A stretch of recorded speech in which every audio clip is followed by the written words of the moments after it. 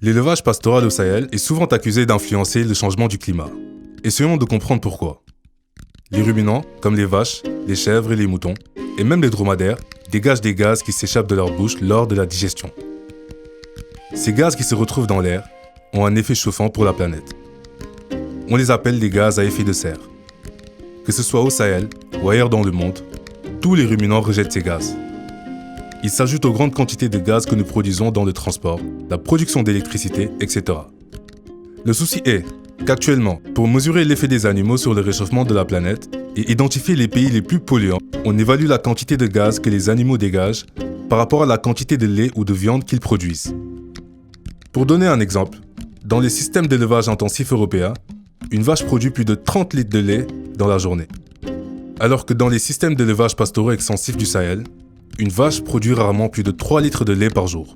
Cela veut dire que pour des quantités similaires de gaz dégagés, les vaches sahéliennes semblent émettre plus que les vaches européennes. Certains affirment ainsi que le système d'élevage traditionnel au Sahel est le plus polluant de la planète et devrait donc disparaître. Mais ce que ces gens oublient, c'est qu'au Sahel, les animaux sont mobiles sur de grands espaces et qu'ils sont valorisés au-delà de leur production. Ils constituent la principale richesse des populations et permettent de valoriser des terres qui ne servent pas à l'agriculture, de transporter les gens. Par leur déjection, ils fertilisent les parcours et les cultures. À leur valeur économique, il faut donc ajouter leur valeur sociale. Sur les grands espaces pastoraux, la végétation et le sol jouent ainsi un rôle important. Ils ont la capacité de retenir le CO2, un autre gaz à effet de serre, qui ne se retrouvera donc pas dans l'air et ne réchauffera pas la planète. Pour mesurer les impacts de l'élevage pastoral sur l'environnement, on peut calculer un bilan carbone.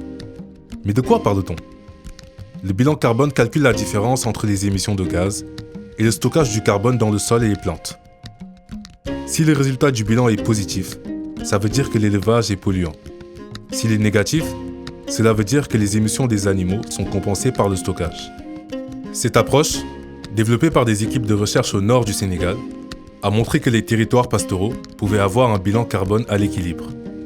En considérant les animaux, les arbres, les cultures, l'herbe, le sol, etc. Dans ce contexte, Kassex appuie les populations pastorales à identifier des pratiques qui permettent de minimiser les effets du réchauffement de notre planète.